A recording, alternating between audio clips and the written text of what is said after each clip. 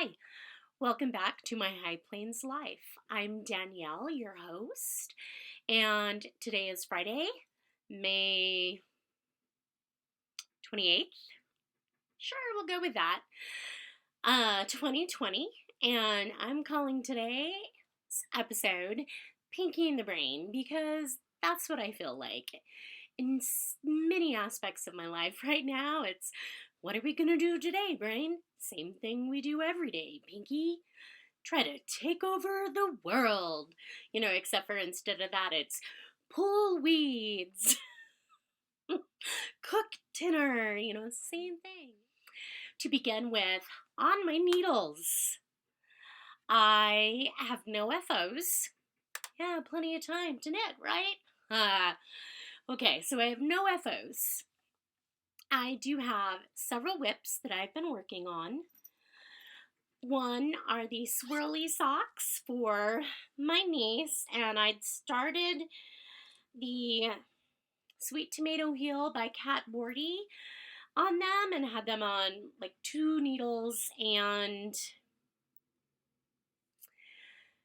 I'm just was through with that. I was like, wasn't sure if they were going to be the right length or width, and it was awkward. So I tinked that out, put him back onto one needle, and I'm basically just going to knit, knit, knit, and then after I reach a point where I'm absolutely sure to being past the heel point, I will add the pattern. So instead of just being on the top of the foot, it goes all the way around. I'm going to make these shorties, and I'm just going to do an after that heel.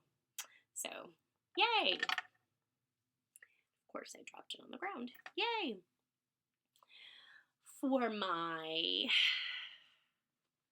And it's really nice to also have stockinetting around. Yes, there's a pattern on the front, but it's easy to tell where you're at and memorize. It's knit 6, purl 2. Yay.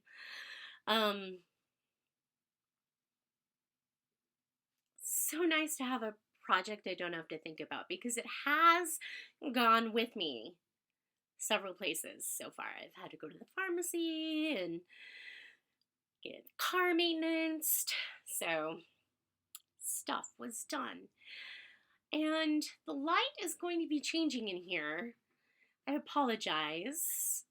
My overhead lighting really needs updated to some HD LED bulbs. And outside, I can't decide if it's going to rain now or later, and the clouds keep rolling through, so my natural light is adjusting. I apologize. This is my Walk on the Moon, and this is my third color, all skeined up. And actually, it's pretty true. It's pretty true to color. It's like a sprucey green. And I'm almost to the end of my first variegated skein, so I skeined up the second. This merino silk is so soft and squishy. Oh my god. So I kicked them up because I am nearly to the point of adding the third color. Just a little bit of color 1 left. Decent part of color 2, but I didn't, since I was skinning one up, I just did the rest. This is where I am at so far. This is really hard. I need a longer cable. But if you can see, there's been more and more of the variegated color. And so a couple more, maybe another inch, a couple more rows. And then the third color, the spruce, comes in. This is just so soft and loverly. It's really muted. So the colors are true. They're showing up a little darker maybe than they are in real life, but they are subdued. They're like a pretty muted colors. Okay, so yes, I've done some work on that, but not a lot, because I've really been trying to finish up my sanctuary that I started last summer. It has changed bags because it's bigger now. So this is my waxed canvas plaid bag by Tanny Casey with one of my stitch markers, because plaid and the Celtic, yeah. Okay, Summer Sanctuary. This also needs on a bigger needle, even though it is on a pretty big needle right now. But I finished both of the fronts, including the couple of stitches that you angle bind off it in the front center, so it kind of goes like that. And I picked up all the way around according to directions, which was a 3 to 4 pickup. And started my 1x1 ribbing. It's only about an inch and a half of ribbing that kind of borders it all the way around. So this is the center of my back. Here's one of my sleeves. Oh, I seamed up the sides after finishing the fronts, leaving enough for my armhole. And here's my issue. I like mattress stitch, it doesn't bother me, so I had no problem seaming up the sides, only that's as much seam as there is. And then I had like 9 inches, maybe 9.5 for my armhole, so that's not a long seam. It does scoop in the back, so it's longer in back, but I am trying to decide if this is too short. I wanted something a little shorter because it's supposed to be for summer. It's cotton linen. I'm normally a cover my hips kind of person, and most things do because I'm short anyway and things are always longer on me. So I intentionally wanted something shorter, not cropped, but shorter. Summer, it's cotton. I was going to be wearing it over skirts, dresses, you know. So didn't need the length. But I'm wondering if this is too short. And there's no way really to tell without putting it on a really, really long needle and trying it on.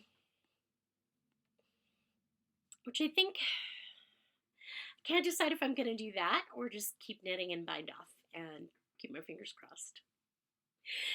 Because if I try it on and I'm not happy with the length, I have to take out my entire border of 1x1 ribbing. Knit the fronts longer. Oh, take out my mattress stitch seaming, knit the fronts longer, reseam, repick up, and do another 1/2 inch 1x1 ribbing to get me back to the place I am. I think I just talked myself into just knitting and binding off and keeping my fingers crossed. Yeah, I'm gonna stick with that. Okay. Fingers crossed, plan it is. So, but I'm liking it. Like, it's got some weight to it, cotton, but the fabric itself looks really nice and light, and it could really use a good blocking because that helps cotton, not just with the feel of it, but, you know, like, it's a lot harder to keep your tension even with a cotton that doesn't stretch and relax. And you can tell like all the little tension differences in your stitches in stockinette. But, sorry, stray hair. Once it's blocked, then that kind of just evens out. Not, completely, but it helps a lot. So that's what I'm going to do. I still have this much left, like half left, of the skein I'm on. I have 2 skeins of this Cascade Hampton left, which is a lot, which is another of my concerns because I did calculate size and measurements needed and calculated that I'd need that yardage. Oh, crap. Maybe I need to rip it out. I hate this. Okay, this is why I knit shawls. Because garments require measurements and fitting. And I'm like, oh, it's a cardigan, an open front cardigan. It'll be easy. Not so much. Not so much. Okay, so that's all the knitting that I've been doing, I think. Let me check. Yes.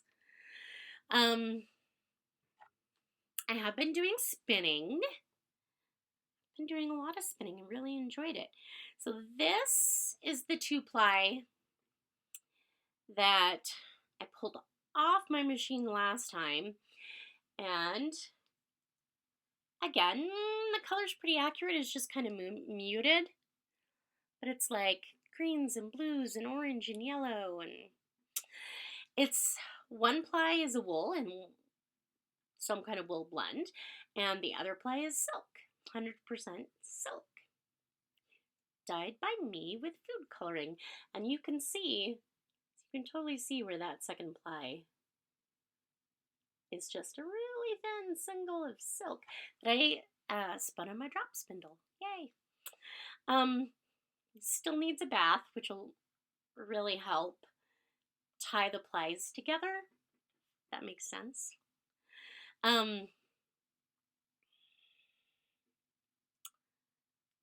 Forgot how many yards I had, but I do have a Ravelry project page for hand spun yarn. Yay! With the yardage listed there. So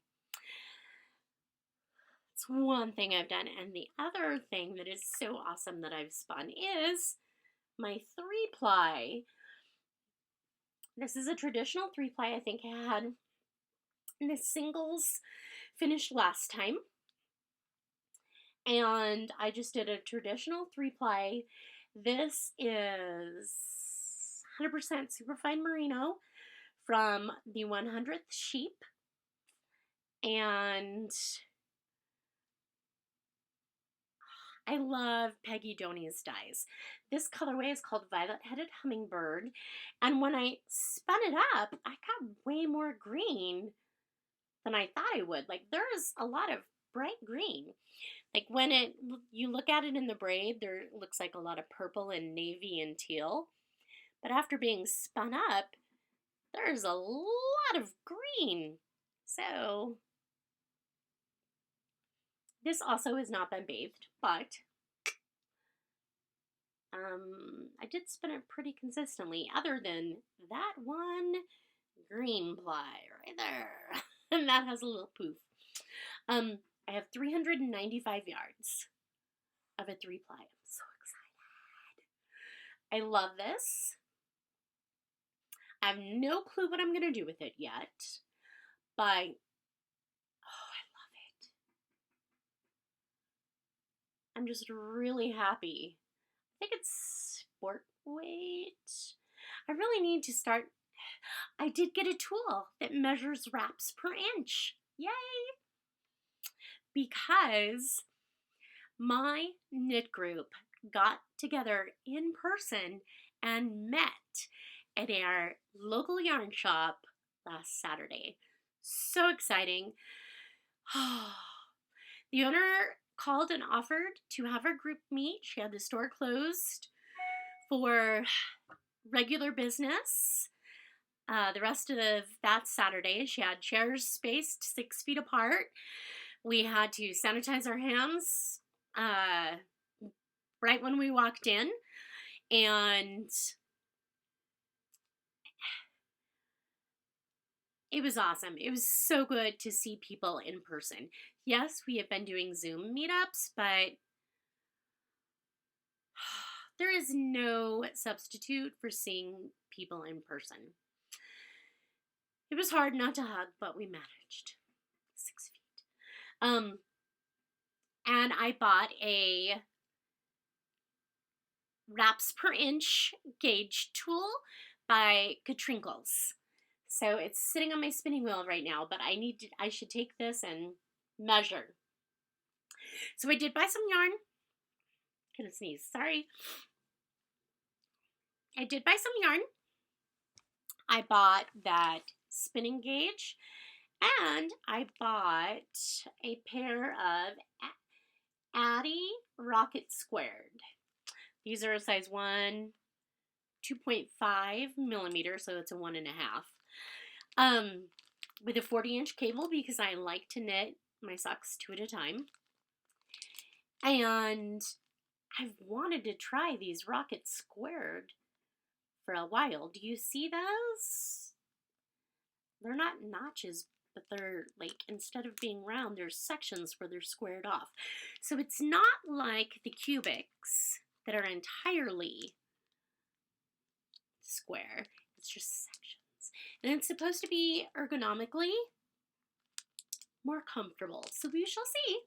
Yay! We shall see. And then I bought some yarn, which I will show you as I use it. And that is all the knitting and spinning I have been doing.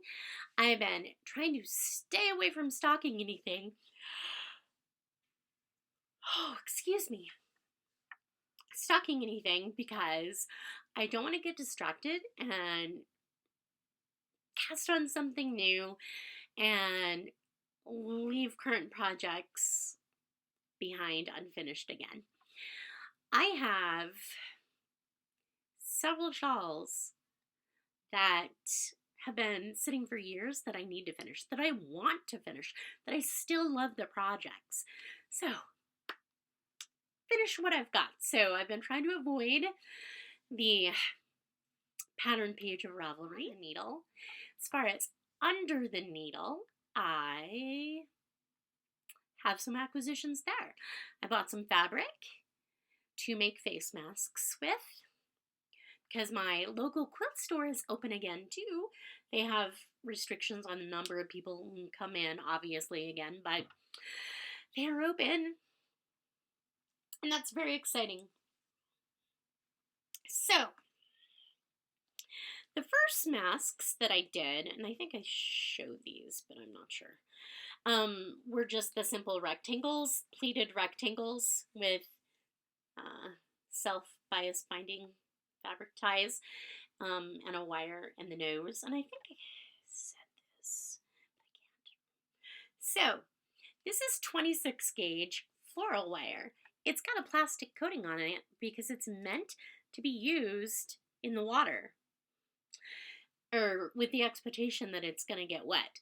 So, you don't have to remove it from your mask when you throw it in the laundry. Yay! With no worries about it rusting or whatever. So, yay. 5 of those 26 gauge wires twisted together create one 16 gauge wire, which is coated in dog hair at the moment. Yay! But is exactly what you need to create this beautiful bend where the nose is. So these were the first masks I made for myself, my husband, and my mother and father-in-law. Then I got a much better pattern from Frontline Masks. I heard about them from the Just Wanna Quilt podcast, and she interviewed the owner, designer, innovator, whatever, of the Frontline Masks company. His history is fascinating. He actually got a textile degree and had an outdoor clothing company for a while. Um, so anyway, I recommend listening to Just Wanna Quilt, the episode with the owner of Frontline Masks, if you're interested. It's a good episode. Even if you're not interested in quilting, we're all makers. So this is the pattern. Yes, there are seams, which most of the fitted masks have. There's 2 layers of fabric, so the seams are offset, so it doesn't, they're like not lined up with each other. So and even with the stitches, you're getting the same protection basically that you would without the seam. This is quilter's cotton, and actually, that's quilter's. This is a batik, which is woven even tighter than regular quilter's cotton. And I think that's the last batik I'm going to use, because watch this.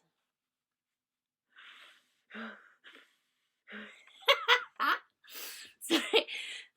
Because when I breathe in, it sucks into my face because it's actually so hard for the air to move through the fabric. So that's funny. It's also got a pocket for filter, and they give you the pattern for that too, to cut the filter. So, I've made 4 of these, also for my husband and I and our in-laws. And I thought I was done, but it sounds like I might be making more if the governor, CDC, I don't know, makes it mandatory that face masks be worn in public. I'm not going to get into the politics and my thoughts, but okay. So if they make that a mandatory requirement, then yes, I will be making more masks so that we have like ones to keep in each car, one in the house, one to have in the laundry while you're, or one to use while the rest are in the laundry, so yeah, I will be, sounds like I'll be making more. So I do have fabric, lots of fabric of high quality quilter's cotton, and my LYS is selling the 1/4 inch elastic again now, which I've discovered is just easier than the fabric bias ties. So that has not been the only thing I have been sewing. I have continued with my Moda Blockheads 3, which Quilt Along, which is a new block every month. I am now, well, I was a week behind, but then the new design came out Wednesday. So if I don't get it finished by next Wednesday, then I will be 2 weeks behind. But that's not going to happen. So this is previous weeks. I'm not sure if you've seen this before or not. If you follow me on Instagram, you have. I am using a variety of purple reproduction prints. Yeah. Okay, so you probably saw that one, maybe. But then the next week's is this. And here we go. This is one of my favorites.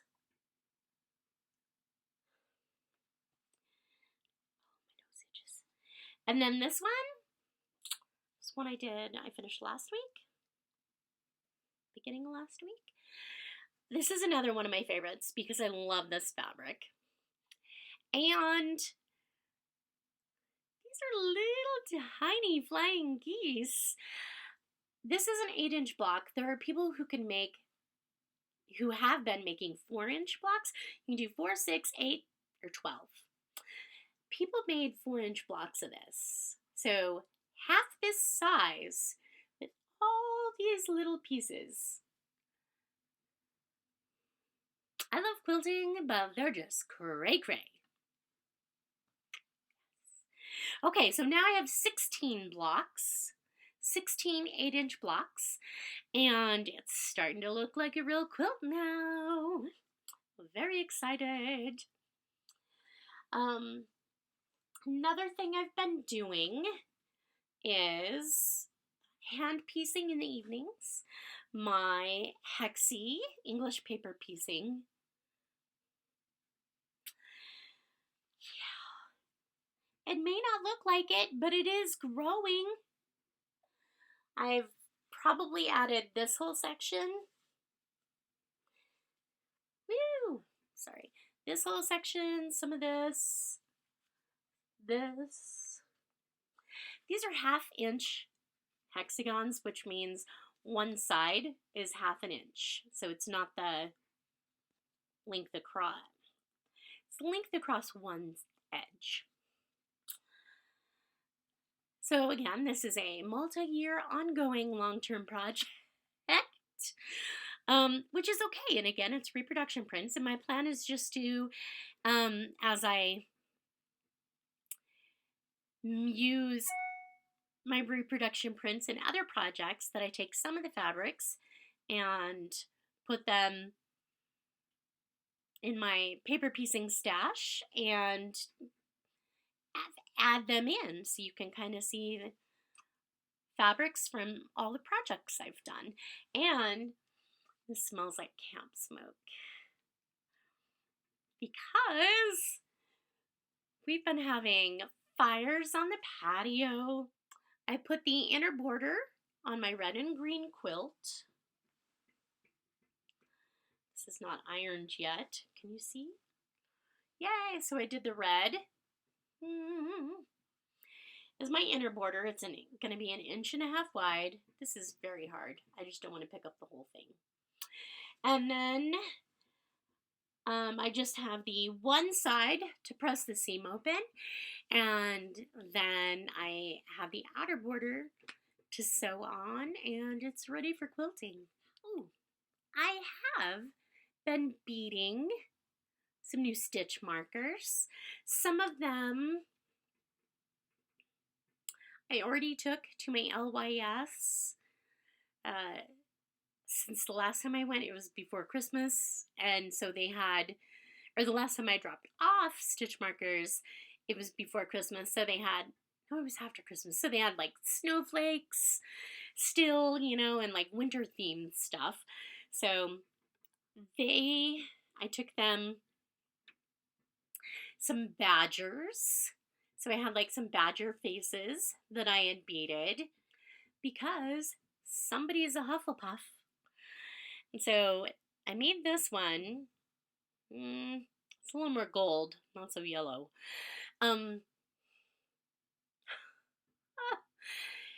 Intending to do something like this for each of the houses. This took a long time. Like, this is a lot bigger than some of the other things. It's probably 1.5 inches by 1.5 inches.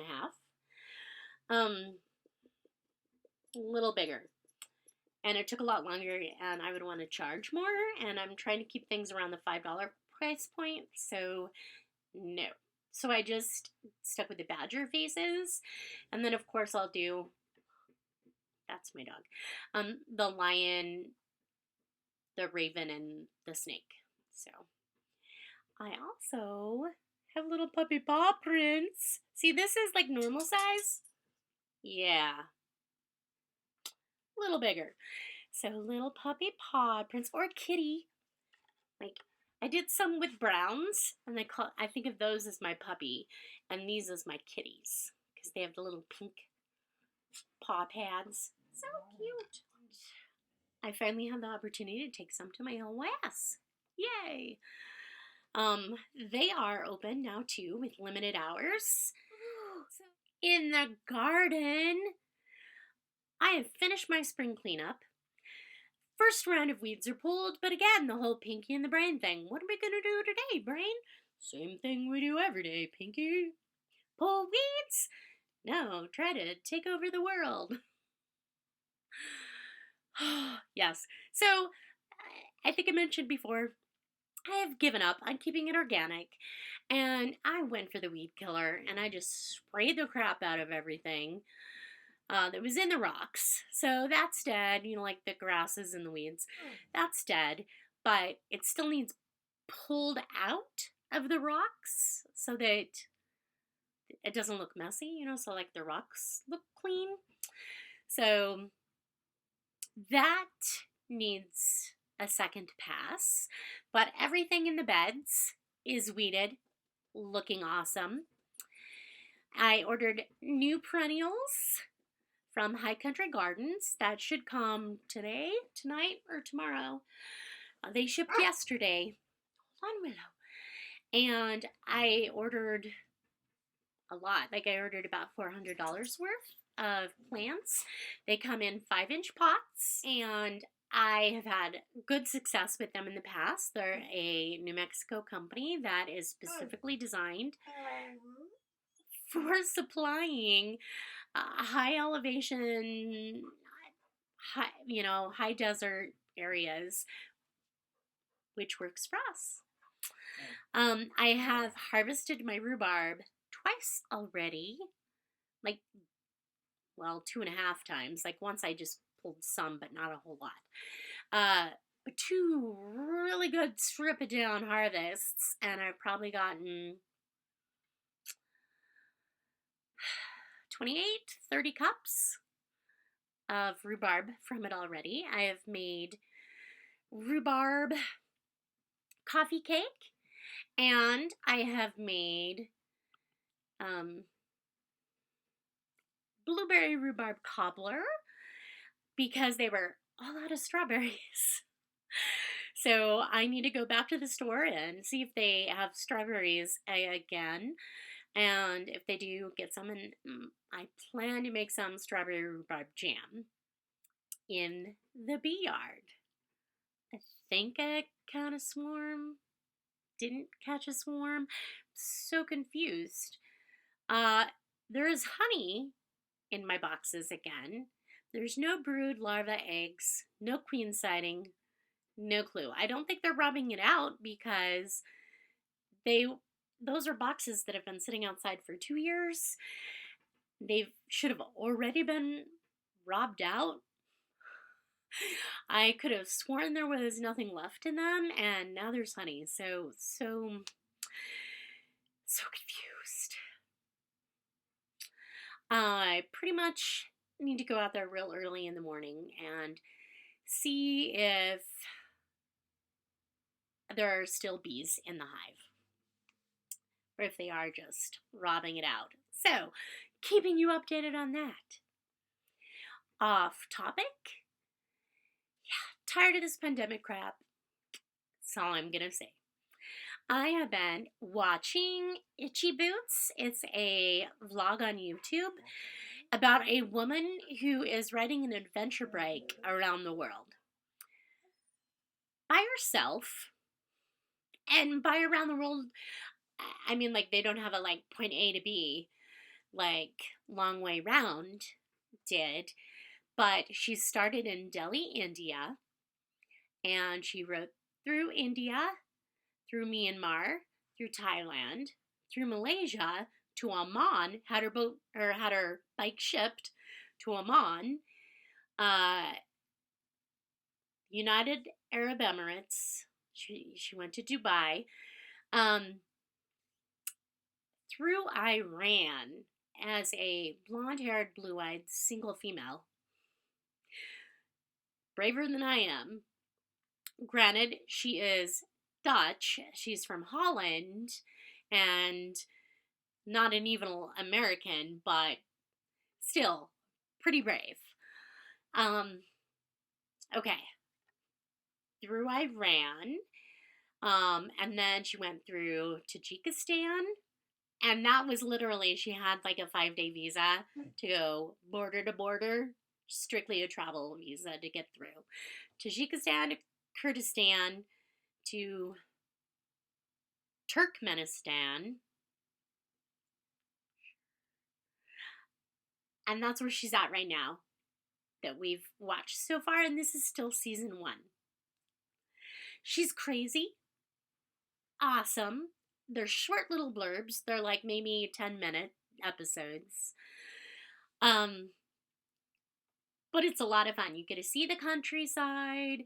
It's her riding her bike. So, what are you to do when you're watching a vlog about a woman riding an adventure bike around the world? You buy a new bike.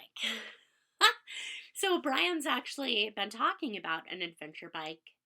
And by adventure, I mean like dual sport. So it's road qualified, but it's mainly meant to go off-road, so unpaved. Hold on. But it's not like dirt bike racing thing. It's like a touring off-road bike. I don't know how to explain it. He bought a Honda African Twin DCT, and it's pretty neat.